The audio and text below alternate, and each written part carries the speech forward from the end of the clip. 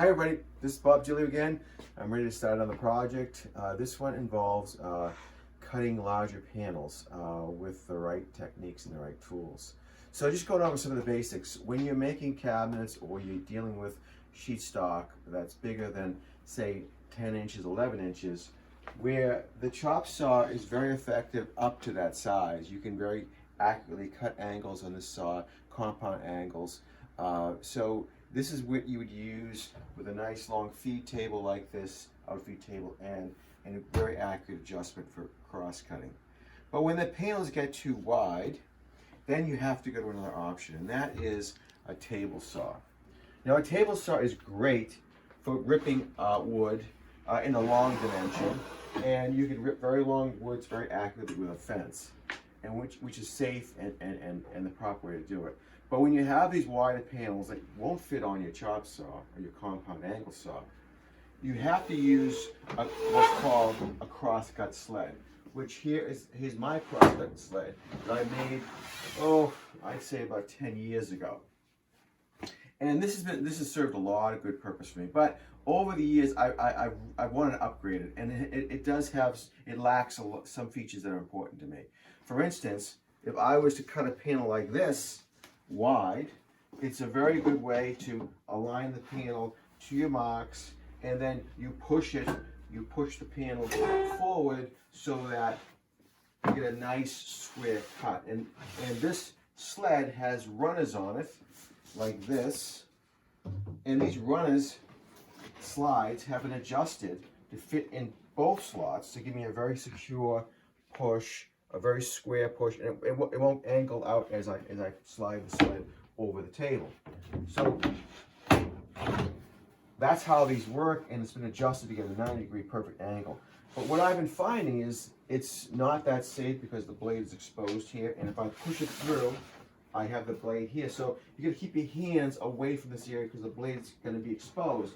And the safest way to use this is to use it like this. But if you do that, and you have a panel here, how does the panel get held down securely if I'm pushing like this? And a lot of times I put clamps here to hold this in place, and it's just not a very efficient way of doing things. So on this project, we'll be upgrading this particular crosscut sled. I'm going to be adding some hold downs. I'm going to put some T-track into it. I'm going to improve this front. I'm going to put a stop on it so I can measure wood very easily and accurately without taking my tape measure out too often. So that's the project, and stick with me, and I hope you enjoy this one. So the first thing I want to do is actually make the slot adjustable. It is very important to have a very tight fit between the blade itself here and the slot. You don't want a lot of room there because you want to keep the wood from tearing out. So the closer you have this gap to the blade, the less tear out you can get. And what tear out is as the wood cuts, as the saw cuts the wood, it pulls some of the fibers down into the slot and actually tears out some of the bottom of the wood and gives you a rough finish. So to prevent that, you really want a tight slot. But the dilemma is now I want to put in things like datoing blades, which are much thicker than this very thin kerf 1/8 inch blade. So what I'm going to do, first of all, is figure out how wide the slot would be once I take this blade out and put it on a datoing stack, which is going to move the opening or widen the opening from this point out to the left. To make the cut, I took away all of the components of the dado blade except for the outer leftmost saw blade. And what I do is I made a bushing, as you can see down on the shaft, out of actually 1/2 inch conduit.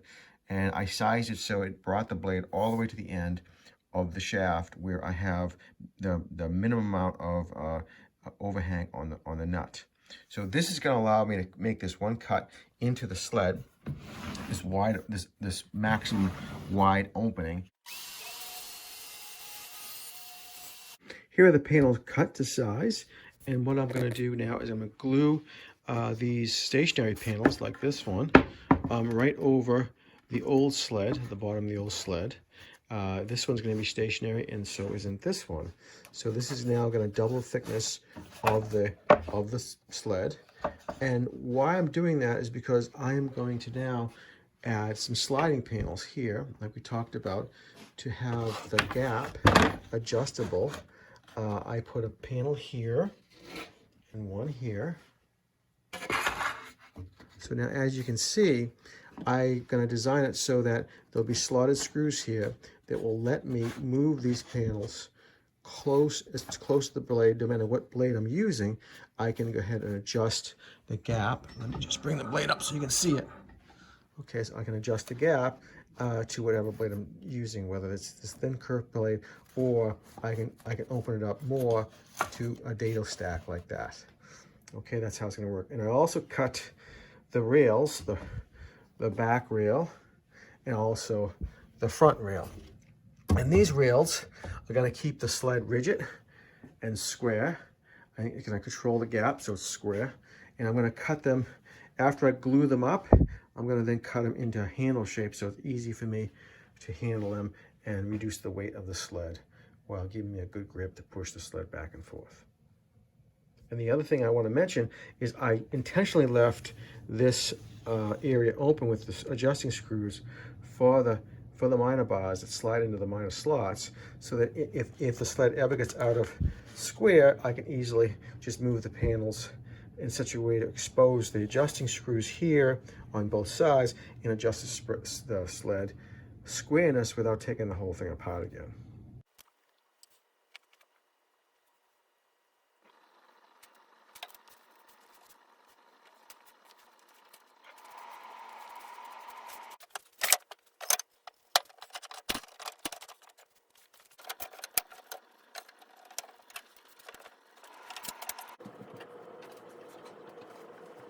Letting the glue set overnight, we can now unclamp the rails to the crosscut sled.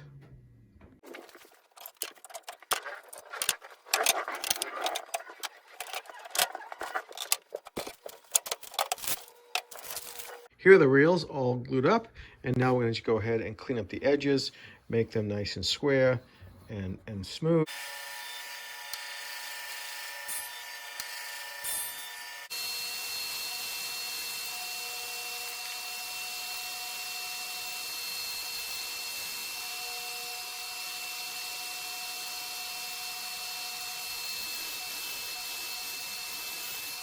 Here are the rails fitted to the sled, and they're all squared off and have a nice edge to them. So what we're going to do now is we're going to mark out on the rails the cutouts for the handles, because they don't need to be this thick.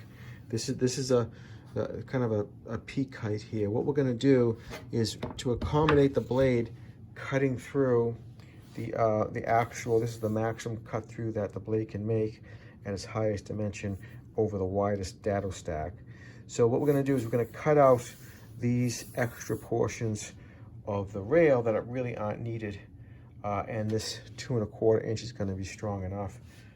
So except around the blade area, which we have to elevate so that we have a distance here between the top of the slot for the blade and the top of the rail, so it's strong enough.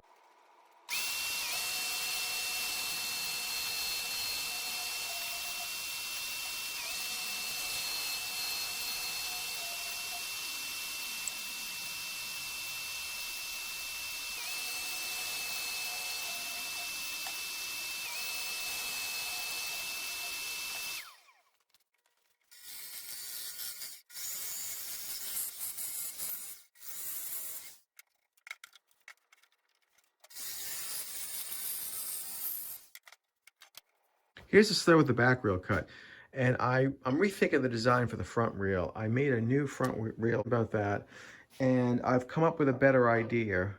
Dadoing in a track like this, a T-track, so that I'll be able to measure off this T-track and to use it as a stop guide. So that's an upgrade that I just thought about, and so I remade this front rail, and I'm going to go ahead and dado out this slot here, as you see here.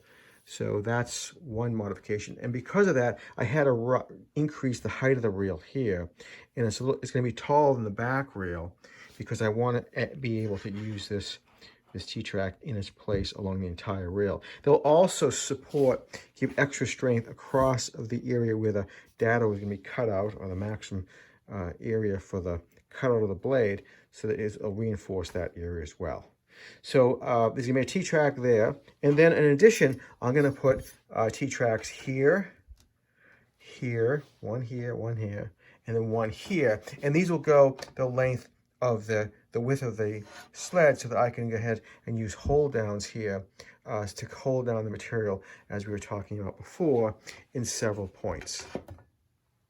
Now I'm going to go ahead and cut the rails to size, and also dado out these slots in the sled itself, as well as in this front rail.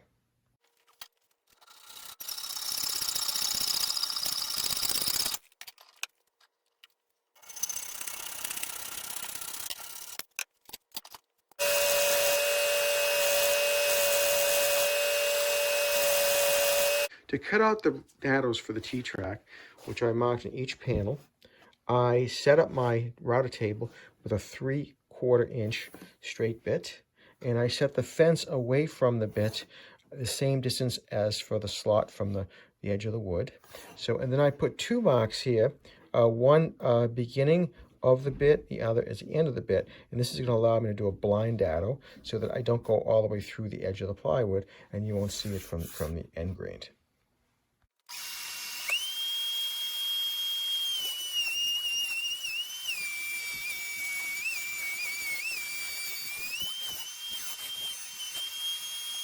Now I'm going to square off the corner so that the tracks will fit in there on the end square. The router bit is a round bit, so it leaves the round edge in the.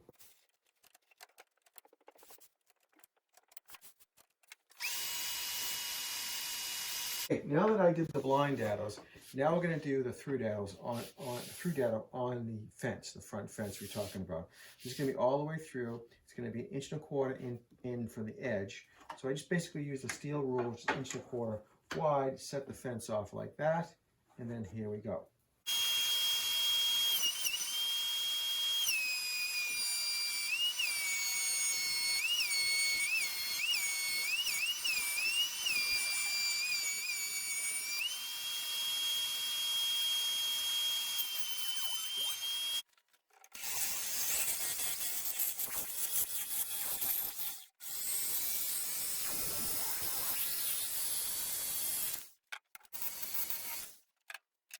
Here are the 2 rails for the sled, the back rail, the front rail, that now we're going to smooth up these edges, these cut edges on the drill press, with configured with a 2-inch drum sander.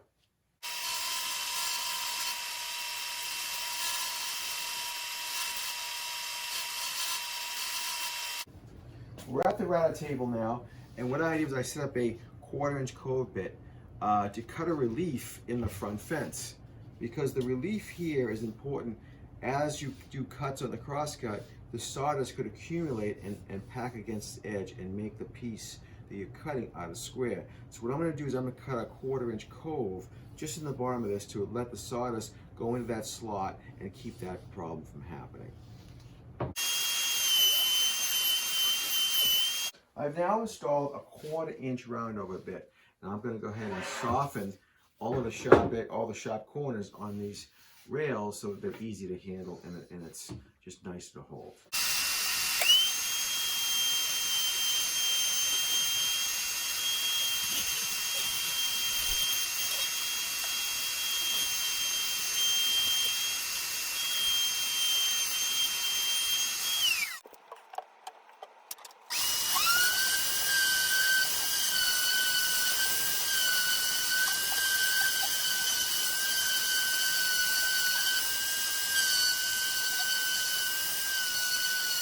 With the dowels cut into the top panel, now it's time to secure the top panel to the lower panel. And I'm going to use, first I'm going to screw it with 4 screws in the corner to make sure it doesn't move during the gluing process. And then I'm going to go ahead and glue it and clamp it.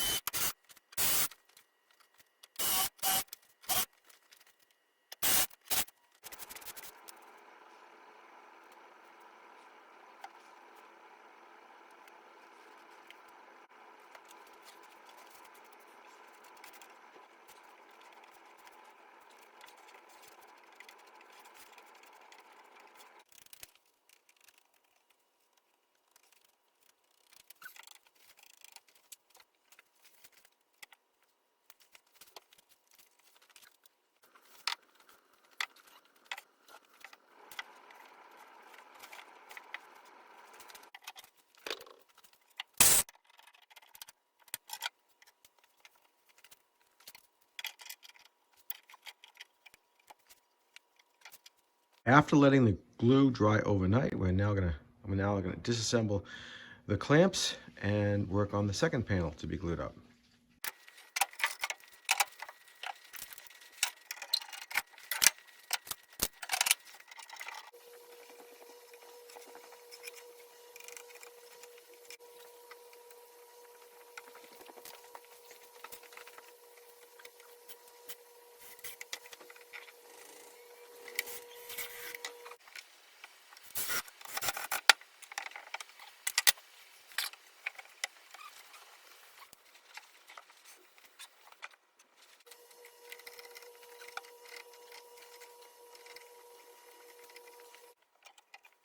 After drying overnight, I'm now going to unclamp the second piece.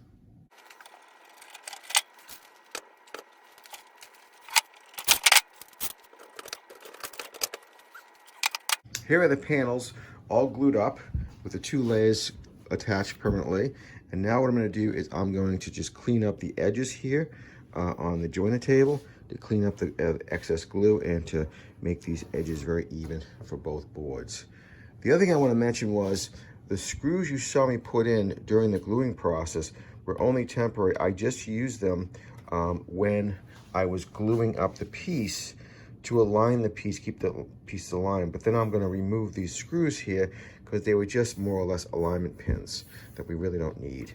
So you saw me put them in and now I'm taking them out.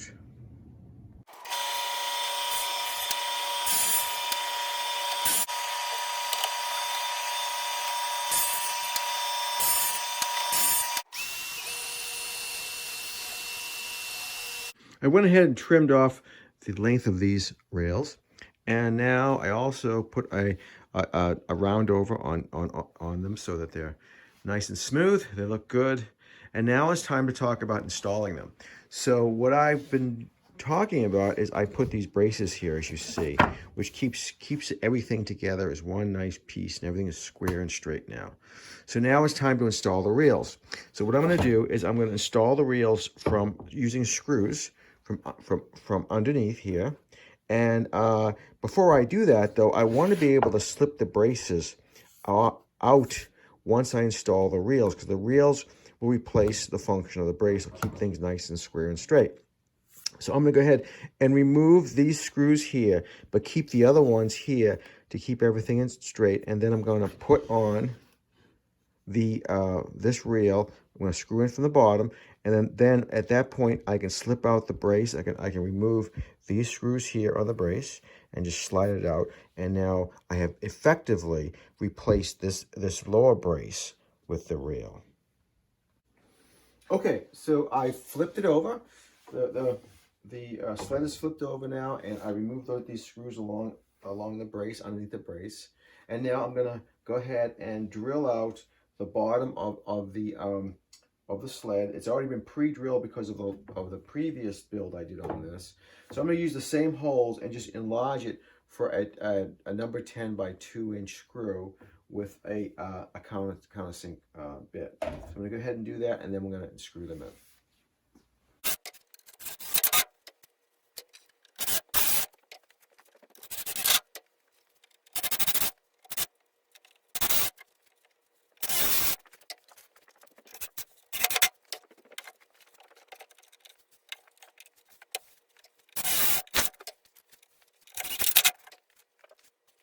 Okay, so I've done all the screws, and you notice I've left out these two screws here because this is going to allow me to slide the brace out. So I'm now going to flip it over and do the other side just like I did this side.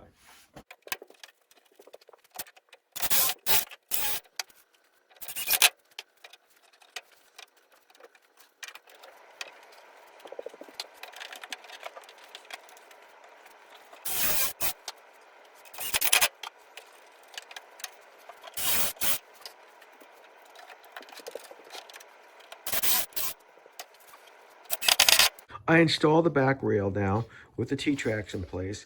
I also removed the braces that I showed you earlier, and now I slipped in underneath the rails here the sliding panels, which we're going to use to adjust as the blades change and as we go dado and other blades. So here are the panels. They slide back and forth here, as you can see. So what I did was I marked out equally distanced slots here that we're now going to drill and cut out, router out, and to allow me to put screws, 1/4 inch by 20 flathead screws in these slots, and that will allow me to slide the panels and adjust them and lock them down once they're in place. So I set up the drill press with a 7/32 drill bit to drill the first pilot hole for each of the slots that I marked out in the sliding panels. And then after I drill that pilot hole, I'm going to go over to the router table where I set up a 7/32 bit, straight cutting bit that's going to actually cut the slot. And then we're going to go back to the drill press and finish with the countersink chamfer in the slots when I change it to a countersink bit.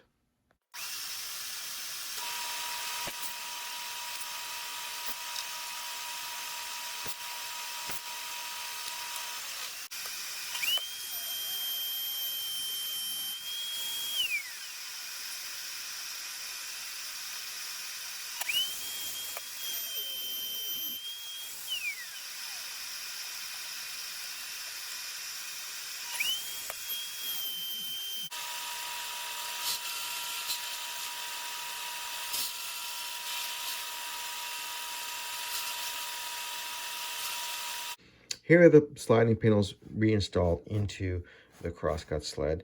And I just want to show you now the slots are cut for the adjustment screws. Here is the adjustment screw here. It's a 1/4 by 20 by 3/4 inch screw that will screw into a T-nut into the base of the, here's the T-nut, into the base of the sled, which we're now going to drill into the base. The other thing I want to point out to you is, remember how I left out the screws here on the bottom of the reel? And that's because I now have a slot here. So as this is another point of anchor, and it will actually make the sled much sturdier and rigid by putting a screw in here, screwing it up from the sled base into the reel, like we showed you earlier. And now this slot that I put in here will allow me to have the adjustment just like over on here for these other screws. I'm going to drill a 1/16 inch of pilot hole into each of the center of the slots that we just traced out.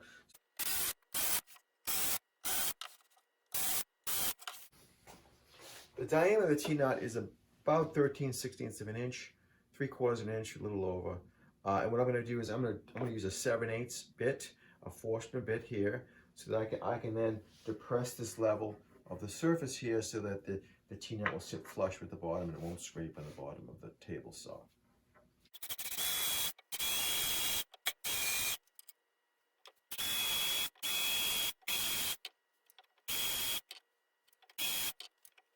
With the reliefs now drilled in the back of the panel so that the nut will fit flush when installed, I'm now going to drill the diameter for the actual insert that goes in through the panel and will actually thread up from the bottom.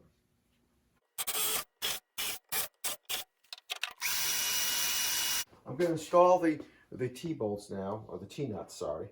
And these T-nuts have prongs on them. So you see the prongs will actually sink into the wood.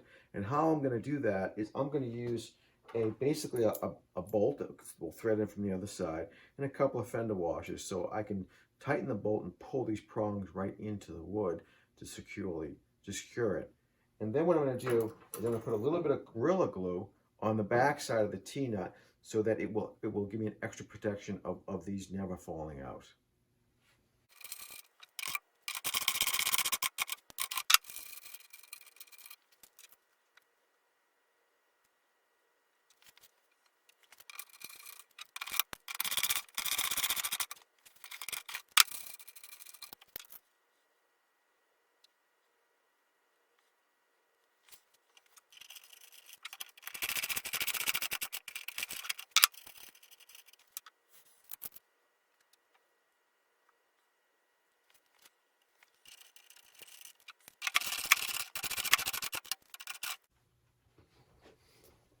Okay, so we're at a point now with the project that we're going to be doing the finishing of it. So I'm going to use a wet coat Danish oil to finish the top and the movable pieces that I'll be touching.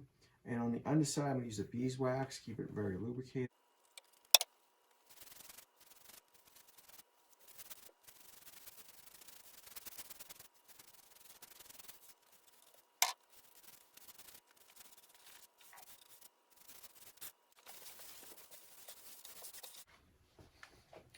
Now that the piece is finished, it's time to install the hardware for final assembly. So what I had realized was that you won't be able to add and remove different types of hold-down clamps, which I didn't like. So I could have installed these T-bolts before I put the rail on and then screwed it on, but then you could never take the bolt out, which I wasn't too happy with. So what I did was I came up with another solution. So I basically took each rail and I put a slot, I put a relief into an area in the front of the fence so that I could easily, once installed, take the T-bolt and actually put it in even blindly. So that will give me the option of using different types of clamps and accessories. So I set up on my drill press a 1/4-inch carbide burr that is going to now open up the area at the front of the T-track to accept the T-bolts.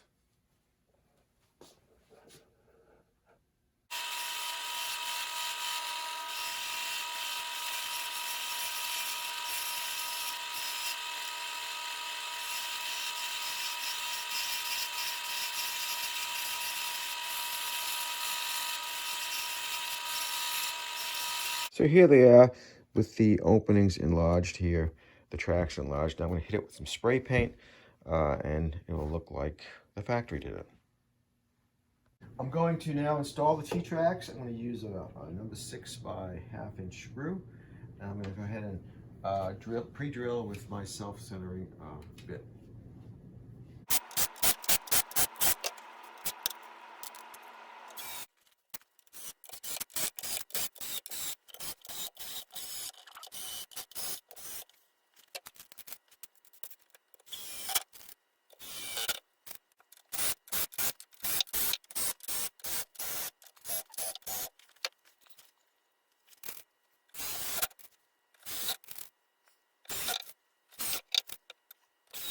An important feature we still need to add to the sled is the blade protector.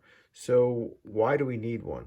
Well, when we're using the sled, we need to make sure that the blade finishes the cut. So if you look at this, I increased the height of the blade all the way to the maximum height. And you'll see that maximum height of the blade occurs right about here. And that means that to get the full depth of the cut here, then I have to push the sled this far into the blade for it to fully cut the stock right here. But that leaves this much of the blade exposed on the backside, which is where I'm going to be, or the operator is going to be, pushing the sled. So a very dangerous situation when you have this blade totally unprotected and very close to where you're pushing and where your face is. So one way to protect us from that hazard is to build a box, and it's a blade protector. So it's going to be, I already started constructing it. I basically took some leftover stock material from the fence here, and I built a small box that I'm going to now glue together. I'm going to use some biscuits in here to help join it together, and I'm going to then attach it to the fence right here with a couple of screws so I can remove it. And when the box is attached, let me try to show you. Just imagine this face piece being down where the blade is.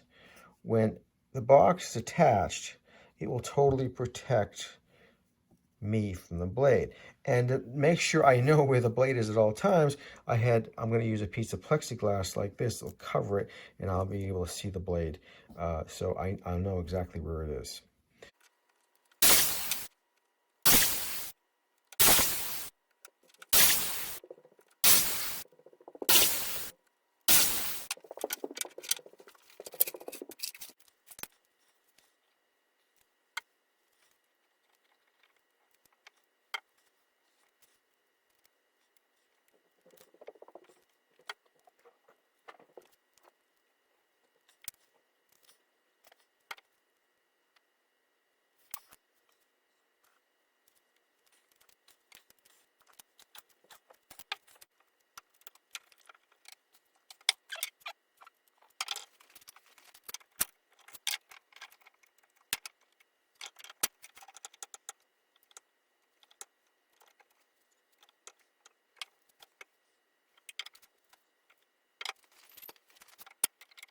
Okay, so here's the box. I just saw I had mited all the corners. I thought that looked nicer.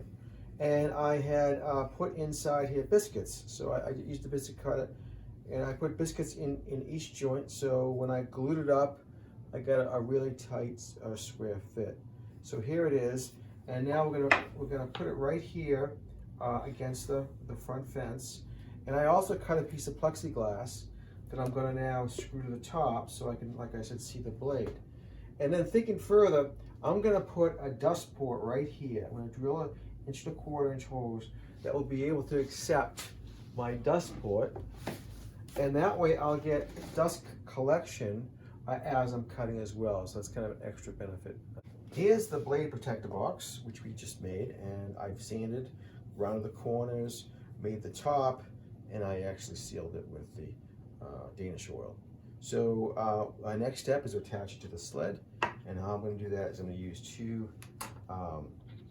number 10 by 2 inch screws, and we're going to go ahead. I marked it out so that we can screw it a little bit above the height of the saw bed, table saw bed. So what I'm doing is I'm just putting a piece of sandpaper there just to raise it up a little bit, and then I mark the holes so that the screws will line up with these rails on the side, and then we're going to screw it from the inside.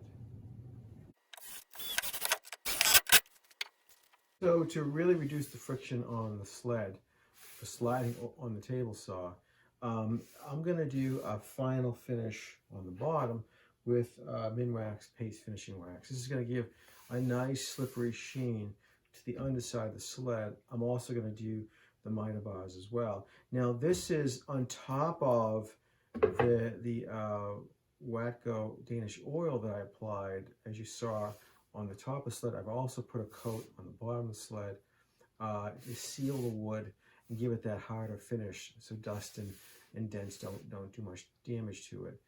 Once that kind of dried for about 3 days or so, it hardens pretty well.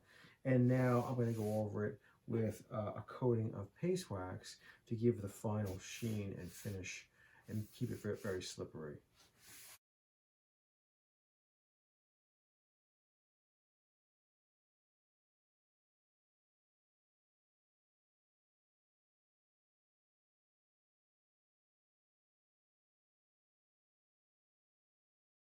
Another nice feature that I added to the sled is these stop blocks, and basically I made them out of some leftover scrap material from the sled, from the rail.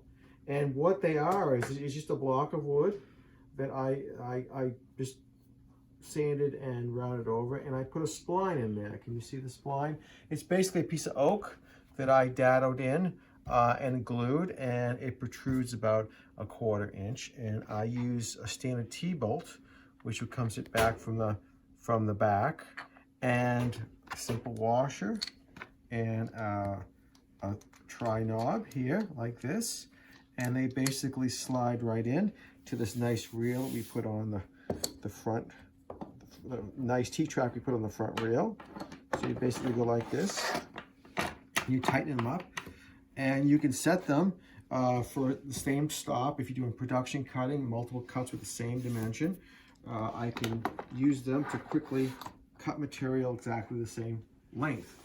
And one of the things I want to just mention real quick is, you know, a lot of guys will put a measuring tape on the top of the reel so that it's very quick. They can just go ahead and use the tape as a measurement.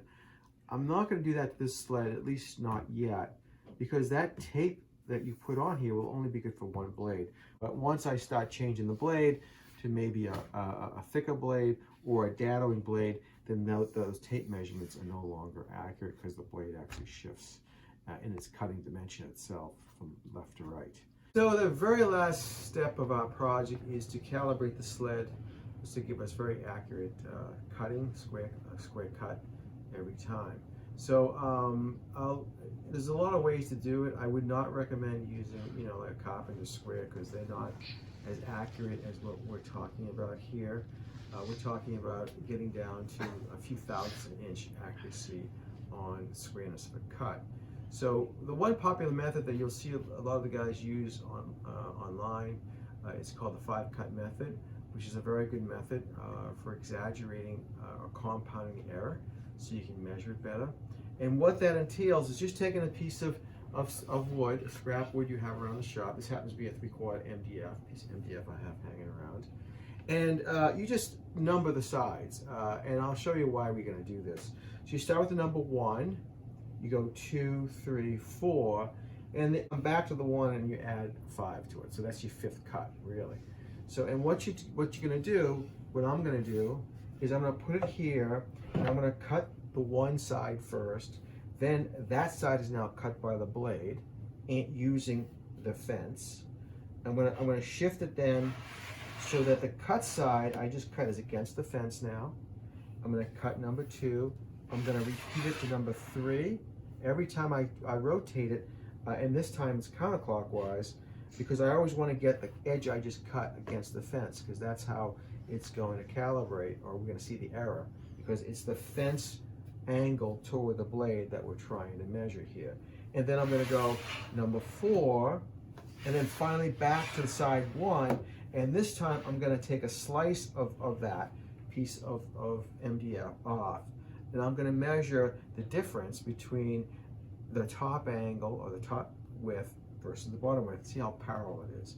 And that difference is going to be basically 4 times the error on every cut, because I just done it 4 times. So well, I'm going to show you the math, and I'm going to go through it, and you'll see how it works.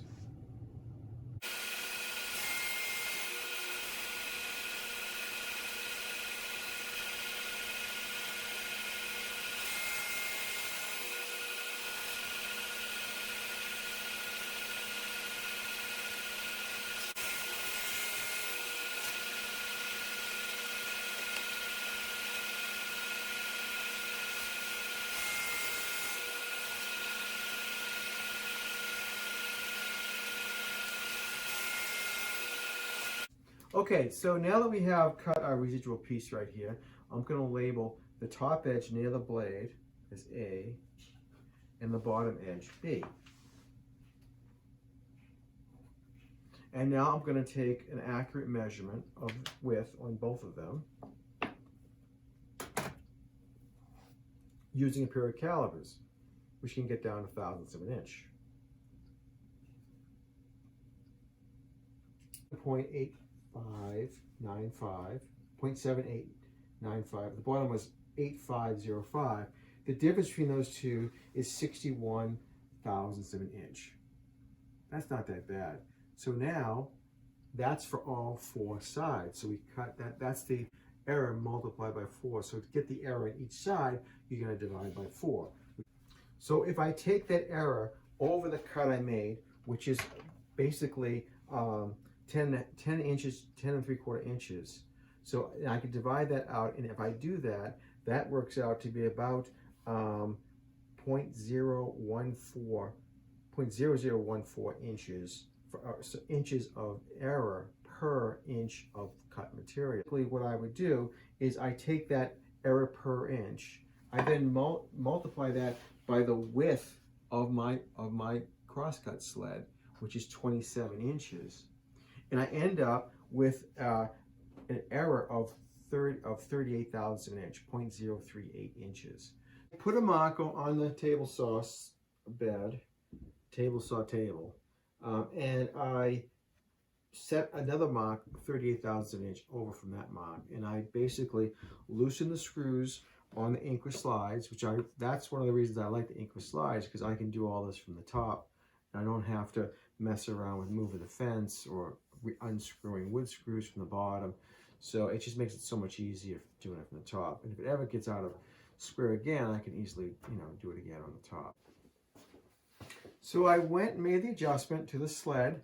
I redid the 5-cut method, and I got a very exact piece. I got it within a thousandths of an inch, right? The difference between this measurement and this measurement, which is incredibly small. And we're going to stop there, because that's pretty much as perfect as you're going to get it.